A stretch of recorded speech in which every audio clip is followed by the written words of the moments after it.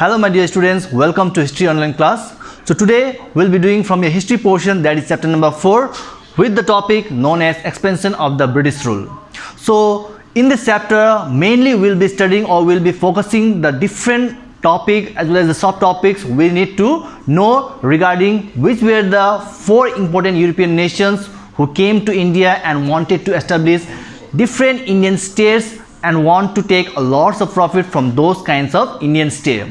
So first talking with the European nations, and they were known as Portugal, followed by Great Britain, France and Holland, and at present the Holland is known as Netherlands country. So these were the 4 European nations who came during the time of 16th to 17th century, and their main intention was to capture lots of Indian states in order to make lots of profit from those kinds of areas, and that was the main aims and objectives of those kinds of 4 European nations. So talking about first the Portuguese, that is the Portugal country. So they had got mainly over the Indian areas were like South Indian states. Like South Indian states mainly refers to like Karnataka, Kerala, Andhra Pradesh, Tamil Nadu, etc. So even they had to go towards the Cochin, followed by Goa, Daman and Diu, and these were the mainly the center of attraction where Portuguese people they went in search of finding an area where they could do lots of import and export business, at the same time how they could make lots of valuable profit from those kinds of area. Second, followed by Dutch. Dutch mainly refers with the Holland country and at present with the Netherlands country. So Holland, that is Dutch, they also wanted to cover some of the Indian parts of the provinces, mainly focusing on Surat, which at present in Gujarat state, followed by Ahmedabad and Masulipatam. So these were also the center of attraction for Dutch people to come and have a particular trading business where they could earn a lots of profit. At the same time they could also take lots of wealth from those kinds of Indian areas.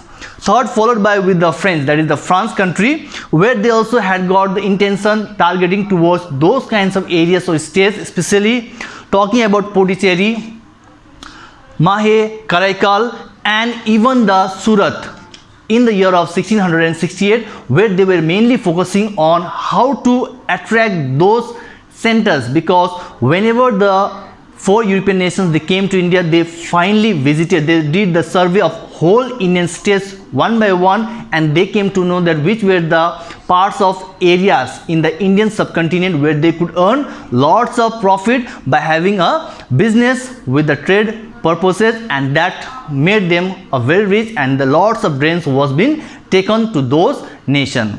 And at the end talking about the British. So before British there was a system known as English East India Company, and if you remember when you were in class 7, I taught you with the chapter known as Jahangir, the son of Akbar, where in the year of 1612 2 sir came to India during the time of Jahangir's reigns with the topic with their name known as Sir Thomas Roe and Sir William Hawkins. So these were the 2 officers or the sir who came and they got a permission from Jahangir, and later on East India Company also having a lots of perspective, lots of intentions in order to have a trading business with those kinds of Indian states. And the first area where the factory was set up by the East India Company was known as Surat in the year of 1612.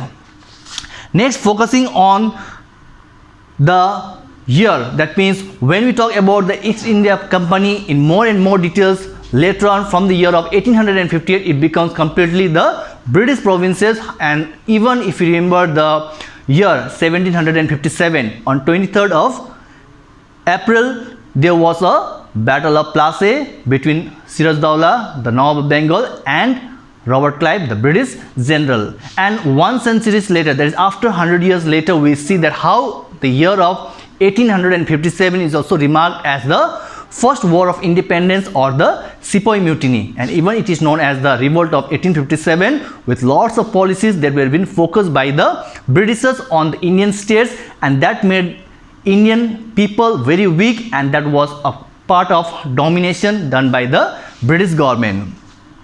And at the end we will focus on the topic known as Anglo-French rivalry. So there was a complete enmity between Anglo-French, that is Britishers versus the France country, because both the nations, they belong from the European countries. At the same time, they were focusing mainly on the coastal areas or the coastal regions, like talking about the Carnatic state known as Tamil Nadu, towards the Nizam of Hyderabad and so on, and they were mainly focusing to target those kinds of areas.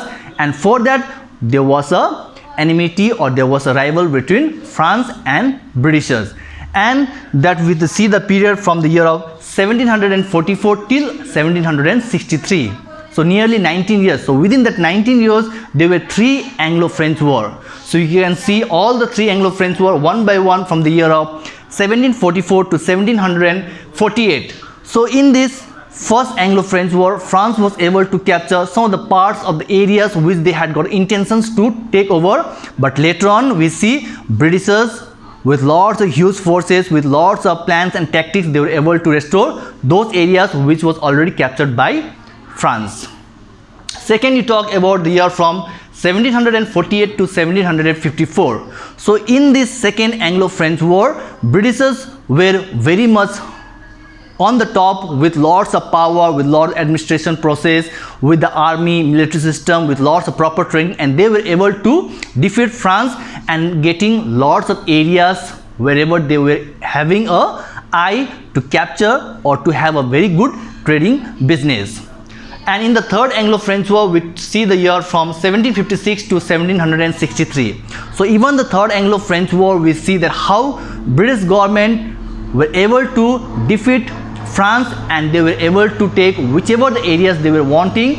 And these 3 wars is also known as the Anglo-French war, which was actually between the France country versus the Britishers. So hope you have understood that today's topic. So we'll continue with the next subtopics in our next class. Stay safe, stay happy and stay healthy.